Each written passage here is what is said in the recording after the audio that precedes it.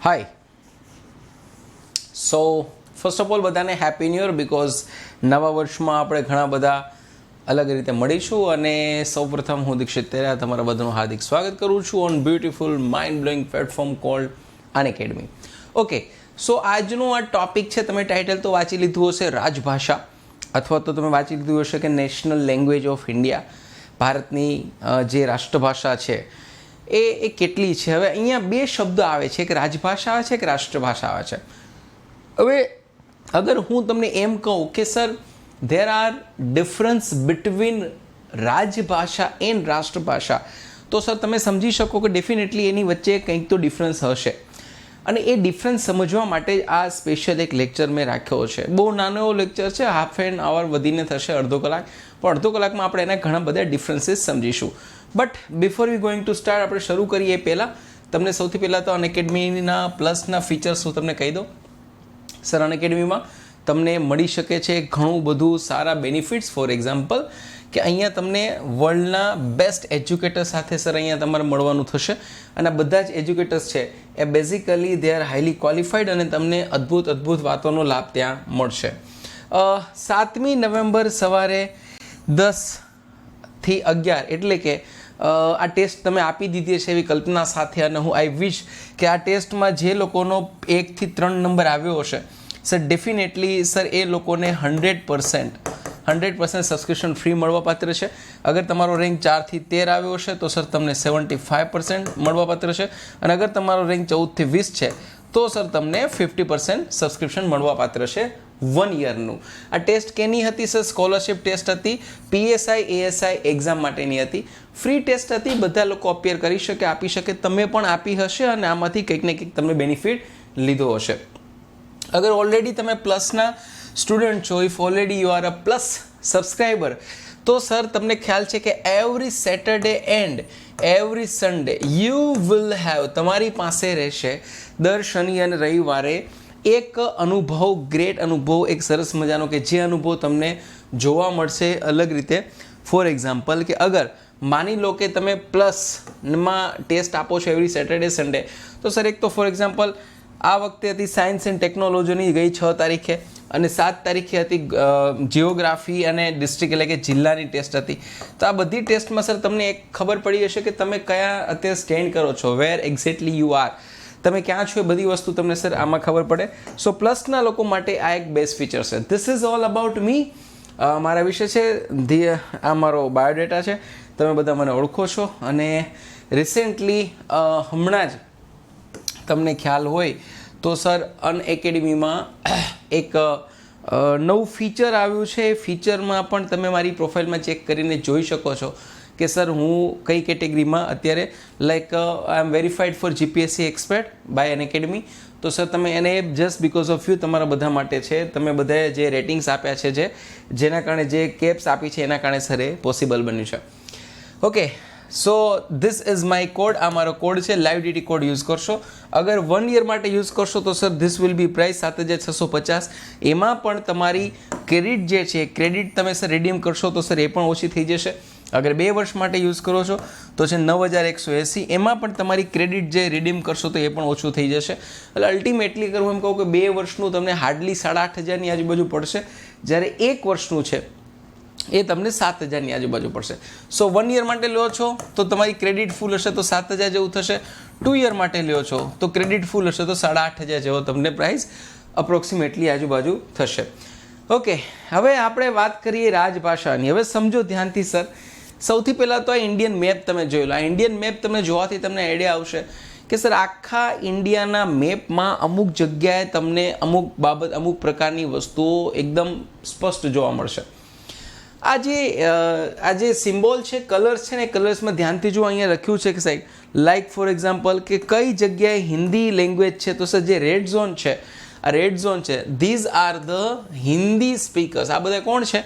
આ બધા એ પ્રાંત છે, જેમ કે રાજસ્થાન છે, લાઈક રાજસ્થાનમાં પણ હિન્દી બોલાય છે સાહેબ. હિમાચલ પ્રદેશ છે, હરિયાણા છે સર, અરે ઉત્તરાખંડ છે, યુપી છે, બિહાર છે, છત્તીસગઢ છે, મધ્યપ્રદેશ છે સર, આ બધી જ જગ્યાએ છે બેઝિકલી તમને જોવા મળશે સર કઈ હિન્દી ભાષા, હિન્દી સ્પીકર્સ હશે. એના સિવાય સર બાકીના જે યલોઇશ છે જેટલું બી જ્યાં જે યલોઇશ દેખાય છે sir, these are the regional speaker. Regional એટલે શું સર? તો રિજનલ મીન્સ કે જ્યાં એ લોકોની સ્થાનીય પ્રાંતીય ભાષા છે. ફોર એક્ઝામ્પલ તમે જોઈ શકો છો ગુજરાતમાં યલો છે, ઇટ મીન્સ ગુજરાતમાં આપણી પ્રાંતીય ભાષા જે છે આપણા પ્રાંતની, દેટ ઇઝ ગુજરાતી.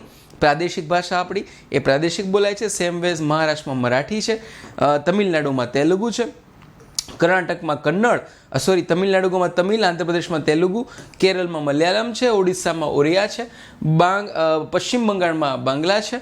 એવી રીતે સર મિઝોરમમાં મિઝો છે, ત્રિપુરી છે, એન્ડ ત્રિપુરામાં અસમિયા છે, આસામમાં સિક્કિમમાં નેપાળી છે સર, પંજાબમાં પંજાબી છે, એન્ડ કાશ્મીરમાં ઉર્દુ છે, and then so on. But sir there R few places, અમુક જગ્યા એવી છે કે જ્યાં ઇંગ્લિશ પણ બોલાય છે. ફોર એક્ઝામ્પલ અગર તમે જોશો તો અરુણાચલ પ્રદેશને એરિયામાં તમને ઇંગ્લિશ ભાષાની મેજોરિટી જોવા મળશે. એનીવેઝ બાકી બધા જેટલી જગ્યા છે અહીંયા પોતાની પ્રાંતીય ભાષા ઓલમોસ્ટ છે. હવે સર એક વાત તો કન્ફર્મ છે કે ભાષા બહુ રોલ ભજવે છે, અહેમ રોલ છે, કે લેંગ્વેજ છે ને સર ઇટ્સ એવરીથિંગ. હું તમને એક જ કોમન એક્ઝામ્પલ આપું. For example if you are a Gujarati અને તમે ગુજરાતમાંથી સાઉથમાં આવો છો સમહાવ કોઈ ફરવા માટે ગમે ત્યાં, તો સર તમે સૌથી પહેલું અહીંયા તમે પ્રેફરન્સ એ જોશો કે સર અહીંયા અમે આવ્યા છીએ ફરવા, તો સર અહીંયા ફરવા આવે એટલે સૌથી પહેલાં તો કમ્યુનિકેશન તમે ગોતશો કે કમ્યુનિકેશન ઇઝીલી થઈ જાય.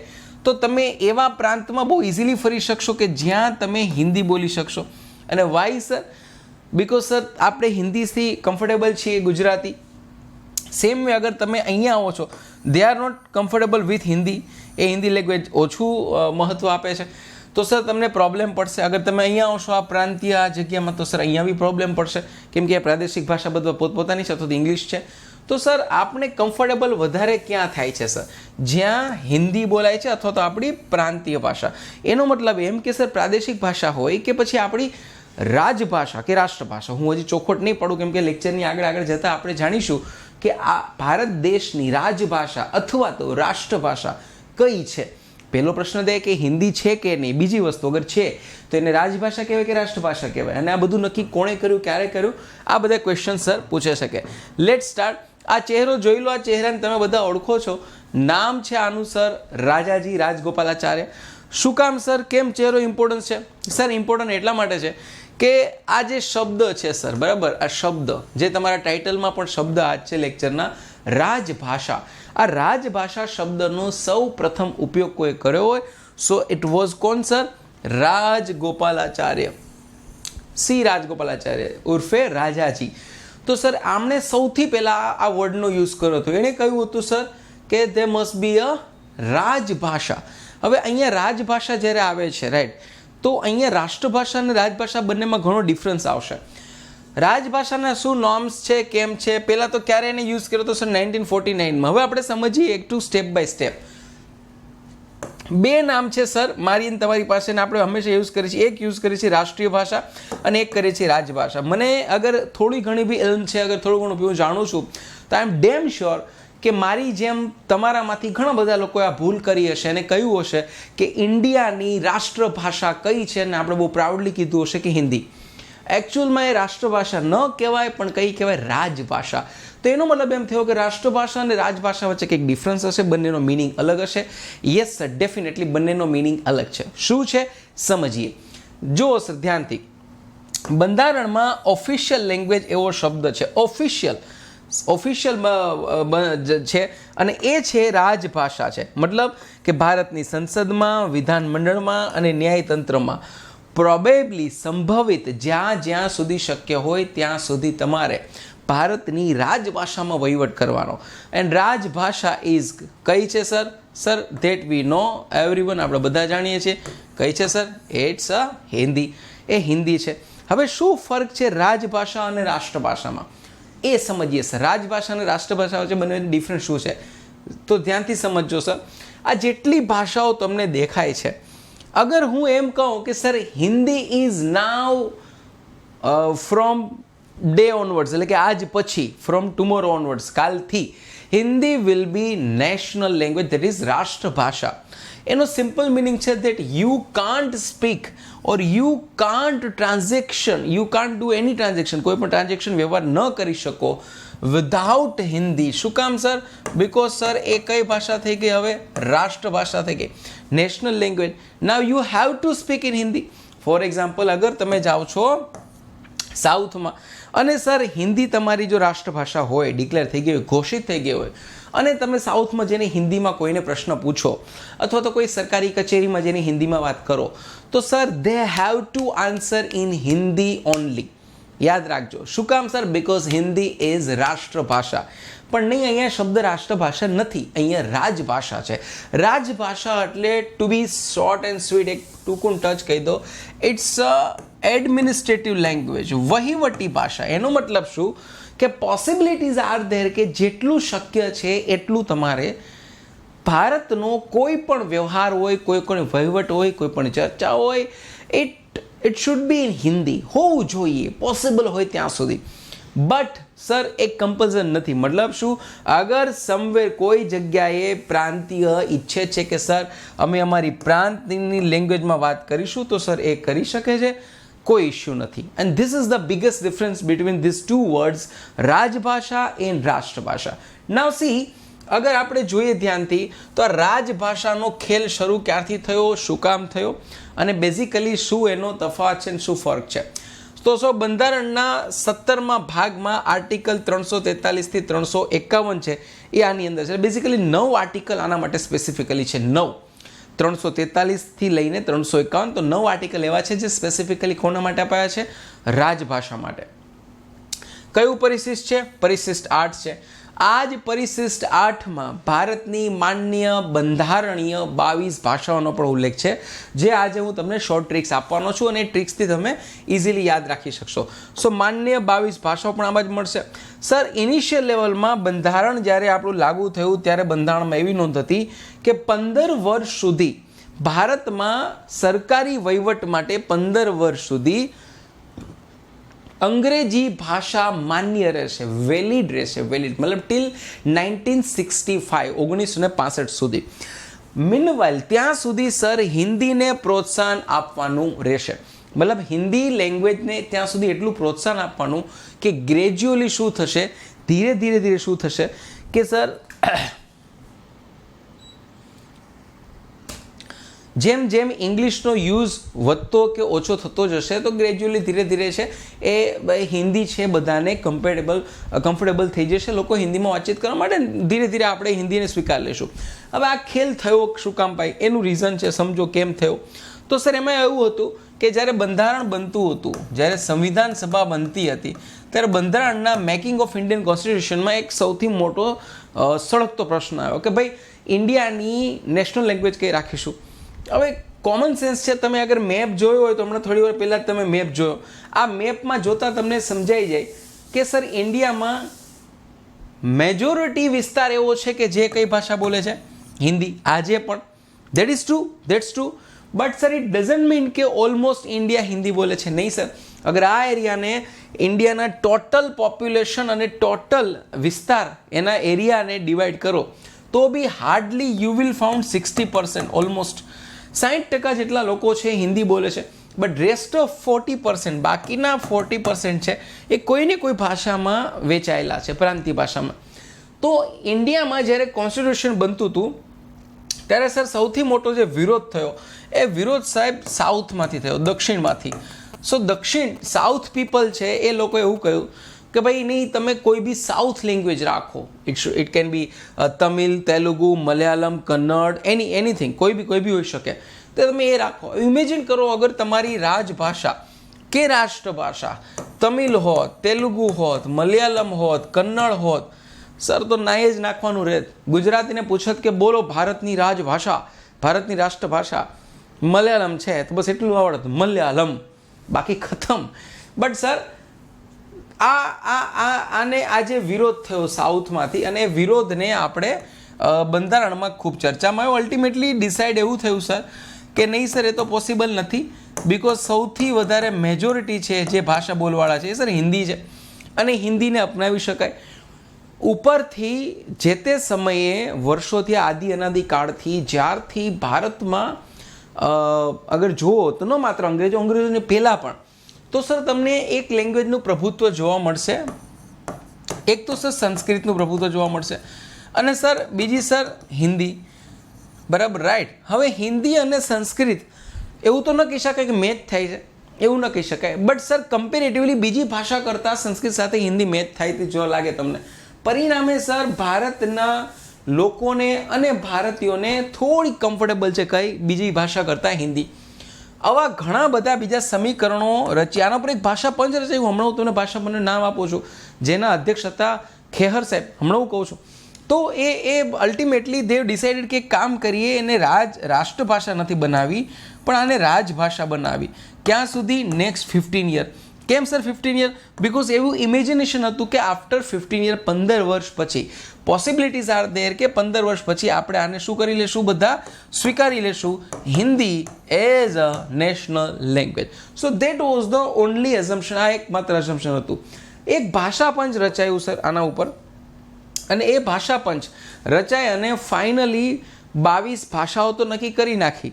હિન્દીને પણ અપનાવી લીધું. બરાબર, એ સમયે 22 ભાષા નથી. ધીરે ધીરે ધીરે પહેલાં 14 હતી, પછી 15, 16, 17, 18, 19, 20, 21, 22, લાસ્ટમાં હમણાં 4 ભાષાઓ ઉમેરાય. તો અત્યારે 22 છે. પણ એ સમયે જે ભાષાઓ નક્કી થઈ, બે મુખ્ય ભાષા હતી, એમાંની એક ભાષા ડેફિનેટલી હિન્દી હતી, અને એ હિન્દી ભાષાને આપણે એ સમયે રાજભાષા અપનાવી. રાઈટ. હવે આ દેશની બ્યુટી જુઓ. The beauty of this country is કે સર કેટલું ફ્રીડમ આપે છે અહીંયા, કે અગર તમે કોઈ બી પ્રાંતમાં રહેતા હોય, તમારે તમારી પ્રાદેશિક ભાષા બોલવી છે, sir you are free to speak, you are free two express in your language only, તમારી ભાષામાં, નહીં કે તમારે નેશનની કોઈ ભાષા અપનાવવાની. તો સર આ ફ્રીડમ આપી એક સારા વિચાર સાથે કે અલ્ટિમેટલી આ બધું આપીએ સો ધેટ બધા કનેક્ટેડ રહી શકીએ અને ઇઝીલી બધા આપણે સર્વાઈવ કરી શકીએ. હવે જો આ 22 ભાષા છે કે તમે ધ્યાનથી જુઓ તો અસમીઝ, બેંગાલી, ગુજરાતી, ઓરિયા, પંજાબી, સંસ્કૃત, હિન્દી, કન્નડ, કાશ્મીરી, સિંધી, તમિલ, તેલુગુ, કોંકણી, મલયાલમ, ઉર્દુ, બોડો, સાંથલી, મણિપુરી, મરાઠી, નેપાળી, મૈથિલી અને ડોંગરી. 22 ભાષા થઈ ગઈ સર. આજની તારીખે 22 ભાષા છે. પરિશિષ્ટ 8માં બંધારણના 17મા ભાગમાં 22 ભાષાઓ છે. પણ સર આ 22 ભાષાઓ તમને યાદ ન રહે. આ યાદ કેમ રહે? તો હું લેક્ચરના એન્ડમાં તમને 22 ભાષા યાદ રાખવાનો એક શોર્ટકટ ટ્રિક્સ આપીશ. પણ એ પહેલાં હું તમને આ લિંક ન તૂટે એટલા માટે કન્ટિન્યુ આગળ વધી રહ્યો છું. Right sir. સો હિન્દીને કઈ રીતે અપનાવી અને શું કામ બને? વાય હિન્દી બીકેમ્સ ધ રાજભાષા ઓફ ધ ઇન્ડિયા. રાજભાષા કઈ રીતે બની? સર સિમ્પલ છે. હિન્દી મેજોરિટી સ્પીકર્સ હતા. આપણું સાહિત્ય છે એ બી સૌથી વધારે હિન્દીમાં હતું. નો ડાઉટ સાઉથની તમિલ લેંગ્વેજમાં પણ બહુ હતું. બટ સર કમ્પેરેટિવલી એ વખતે જે સૌથી વધુ ભાષા બોલવાળા ઇન્ડિયામાં હતા, જે અપ્રોક્સિમેટલી 60% હતા, સર ધોઝ એ બધા comes under Hindi language. Devanagari લિપિની ભાષા છે. ભારતમાં સૌથી વધારે ભાષા છે એ દેવનાગરી લિપિમાંથી જન્મ થયેલી છે. તો પરિણામે we have decided that Hindi આપણે નક્કી કર્યું. હવે 1955માં આ બાબતે એક પંચ રચાયું. રાજભાષા કઈ રીતે નક્કી થઈ? બીજી ખેરની અધ્યક્ષતામાં. સર કોની અધ્યક્ષતામાં? બીજી ખેર સાહેબ. બીજી ખેર કોણ છે જોઈ લો સર. આ છે બીજી ખેર સાહેબ છે. બહુ મહા મહેનતે એક મને એનો ફોટો મળ્યો છે. બીજી ખેર સાહેબ છે અને એને એક રિપોર્ટ, એક ભાષા પંચ ઉપર એક આખું પંચ બનાવ્યું હતું, બીજી ખેર પંચ, અને એને રિપોર્ટ આપ્યો, report of the official language commission. Report of the official language commission. Date તમે જોઈ શકો છો 1956. Right sir.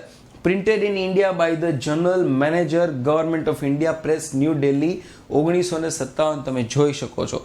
નાવ સી સર, આણે 55માં આ તૈયાર કર્યો અને પંચ રચાયું અને 1956માં રિપોર્ટ આપી દીધો. તો 1956માં રિપોર્ટ તૈયાર થયો અને 1956માં રિપોર્ટ તૈયાર થતાની સાથે સર એમણે એ સમયે અમુક ભાષાઓ નક્કી કરી કે ભાઈ કયા પ્રાંતમાં કઈ ભાષા છે એને ઓફિશિયલી અપ્રુવલ આપીએ અને એ લોકોએ અપ્રુવલ આપી દીધું. હવે એ અપ્રુવલ આપ્યા પછી એ કઈ 22 ભાષાઓ હતી, શું હતી, યાદ રાખવાનું એ હમણાં કહું. બટ એ પહેલાં તમને બેચ કોર્સની જાણ કરી દો. સર 3 નવેમ્બરે ઓલરેડી લોન્ચ થઈ ગયો છે એક fast track batch for GPSC prelims exam 2021 અને એક 6 નવેમ્બરે પણ લોન્ચ થઈ ચૂક્યો છે ઓલરેડી. અને એ કયો તો sir comprehensive foundation course GPSC exam, right, 10મો બેચ લોન્ચ થઈ ચૂક્યો છે ઓલરેડી. સાથે સર 10મી નવેમ્બરે એક કોર્સ લોન્ચ થવા જઈ રહ્યો છે, પ્રિલિમ્સ કમ્સ મેન્સ. સારથી જે 13th બેચ છે, અને એક સર તલાટી બેચ લોન્ચ થવા જઈ રહ્યો છે, નિશ્ચય જે 13મો બેચ છે, 15મી તારીખે લોન્ચ થવા જશે. અને ધીઝ આર ધ મહા બધા ખેરખા બધા સર ખૂંખાર માણસો, પોતાના વિષયના best of the best, and these are the legend person, બધા લિજેન્ડ છે સર.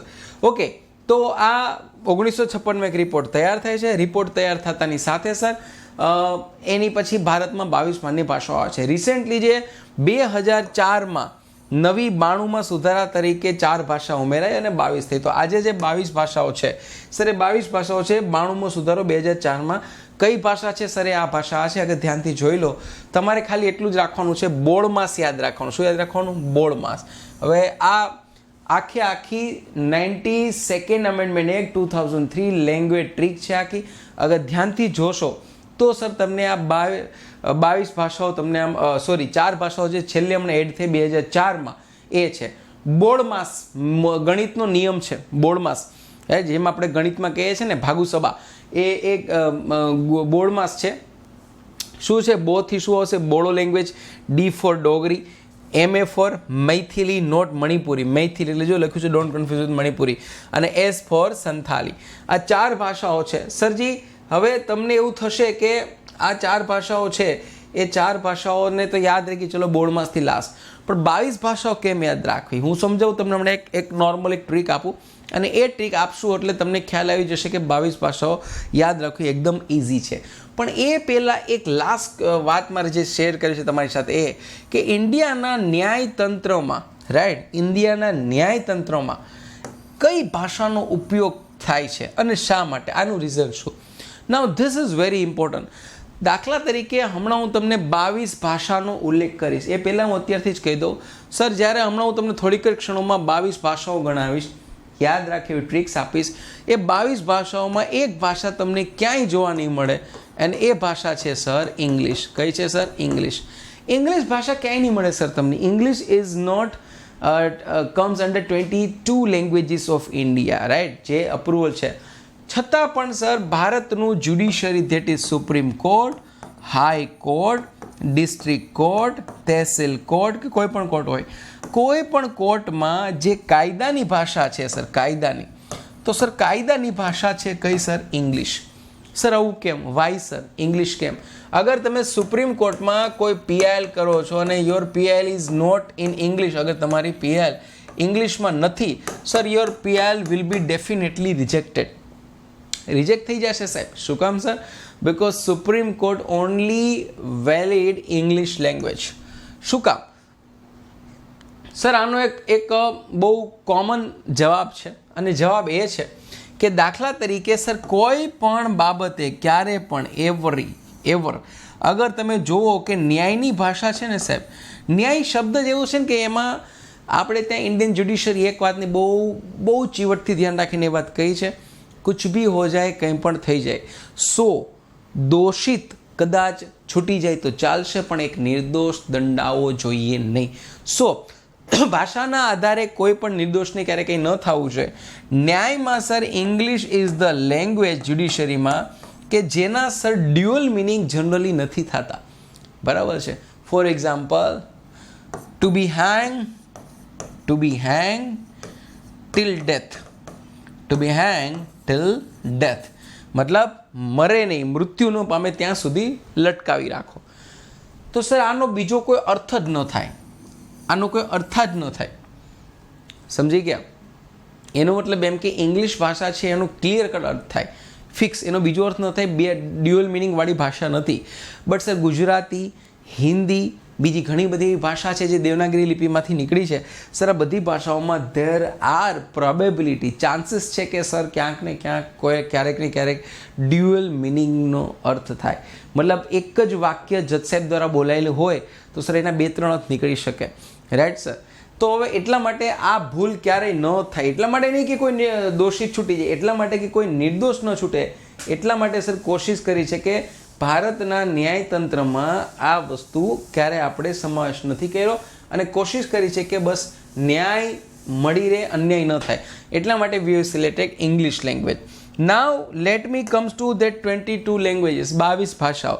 તો 22 ભાષાઓ માટેનું એક કોમન સૂત્ર છે જે હું બીજા પાસે શીખ્યો છું, હું તમને શીખવાડું છું. અને આવું છે કંઈક સર, ધ્યાનથી આ સૂત્ર જોજો. બામડો, કાકા, મામા, સાસ, उसी गुप्त मणि को आसमान में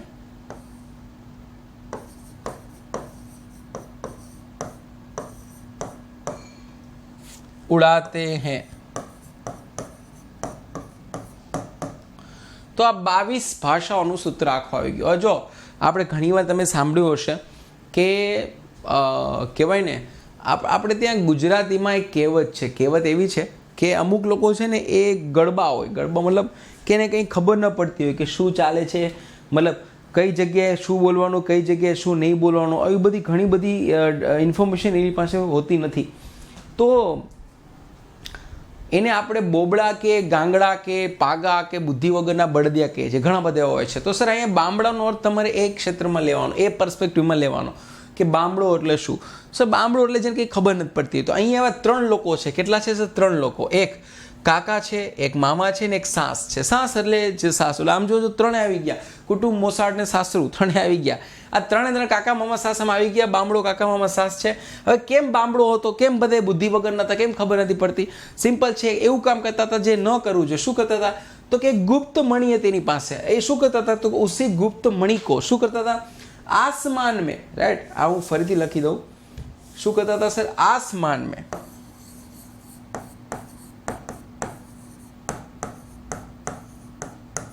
आसमान में उड़ाते हैं. શું કરતા હતા? આસમાનમાં ઉડાડતા. ભાઈ કોઈ મણી કોઈ ઉડાડે?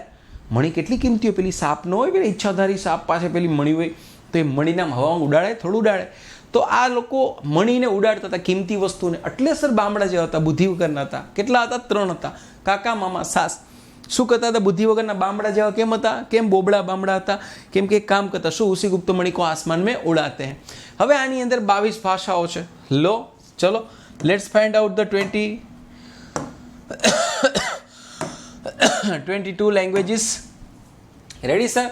તો પહેલી લેંગ્વેજ છે સર, કઈ છે? બા. તો બા ઉપરથી કઈ આવશે સર? બા ઉપરથી આવશે સર બાંગ્લા. પહેલી લેંગ્વેજ, ફર્સ્ટ લેંગ્વેજ બાંગ્લા. પછી સર બ અને એની બાજુમાં બળો છે. બળો છે, બળોમાં શું આવશે સર? બળો. બળોમાં સર, બળોમાં એક ભાષા આવશે એના જેવી જ છે, શબ્દ બોળો. Right sir? તો બ થી બોળો આવશે.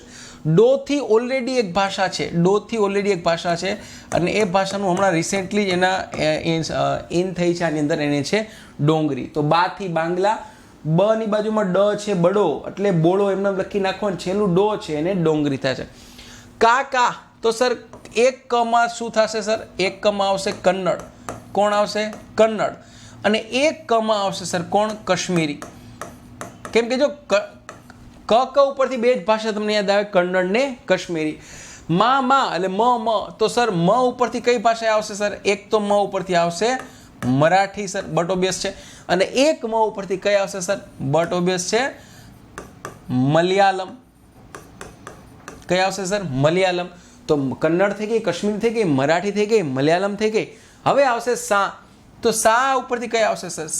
સા હમણાં રિસેન્ટલી જ એડ થઈ, સાંથલી અથવા તો સંથાલી. સાંથલી અથવા તો સંથાલી. અને સ ઉપરથી કઈ યાદ થશે સર? સિમ્પલ છે સર, આપણી પ્રાચીન ભાષા, અને એ કઈ છે? સંસ્કૃત. તો સાંથલી આવી ગઈ, સંસ્કૃત આવી ગઈ. હવે આવી ગઈ ઉસી. ઉ. તો ઉ થી શું થશે સર? તો ઉ ફોર ઉર્દુ. ઉ ફોર ઉર્દુ. સી. સી થી કઈ આવશે સર? સર સી થી આવશે સિંધી. સિંધી. ગુ આઈ ડોન્ટ થિંક સો કે મારે તમને કહેવું પડે what does it mean. Sir બોલે તો આપણી વાત ચાલે છે. ગુજરાતી સર. વ્યવસ્થિત લખી દઉં તમને મસ્ત. ગુજરાતી. પ અડધો પ છે, અડધો પ. તો અડધો પ ઉપરથી આખા ભારતમાં એક જ ભાષા આવે છે, પંજાબી. એન્ડ ત ઉપરથી કઈ આવશે સર? એક જ છે, બોલે તો તમિલ. તો ગુ ઉપરથી ગુજરાતી, અડધો પ પંજાબી, ત ઉપરથી તમિલ. મણી ઉપરથી કઈ આવશે સર? સિમ્પલ છે, મણીથી મણિપુરી. અને સર કો ઉપરથી કઈ આવશે? કો ઉપરથી કોંકણી. કો ઉપરથી કઈ આવશે? કોંકણી. Right sir. હવે આવ્યું આસમાન में उड़ाते हैं. તો આસમાન में उड़ाते हैं એમાં આ જોશો ધ્યાનથી. તો આસમા ઉપરથી કઈ ભાષા તમને યાદ આવે સર? અસમિયા. કઈ આવશે સર? અસમિયા. સિમ્પલ છે. તો આસમાંથી કઈ આવશે સર? અસમિયા. ન ઉપરથી એક જ ભાષા છે સર, અને એ કઈ છે સર?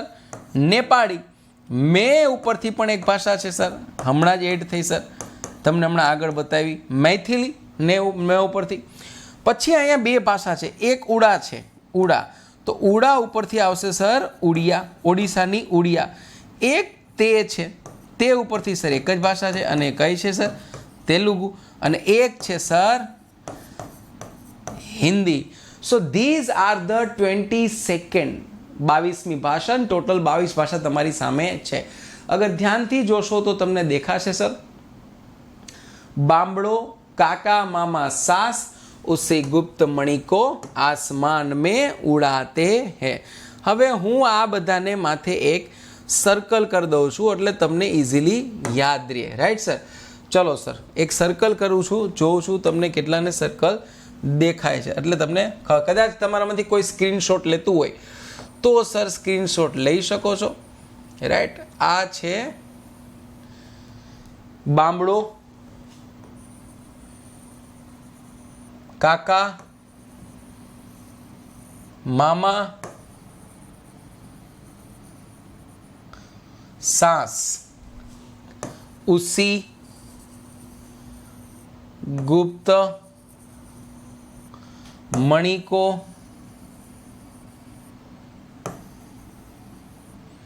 आसमान में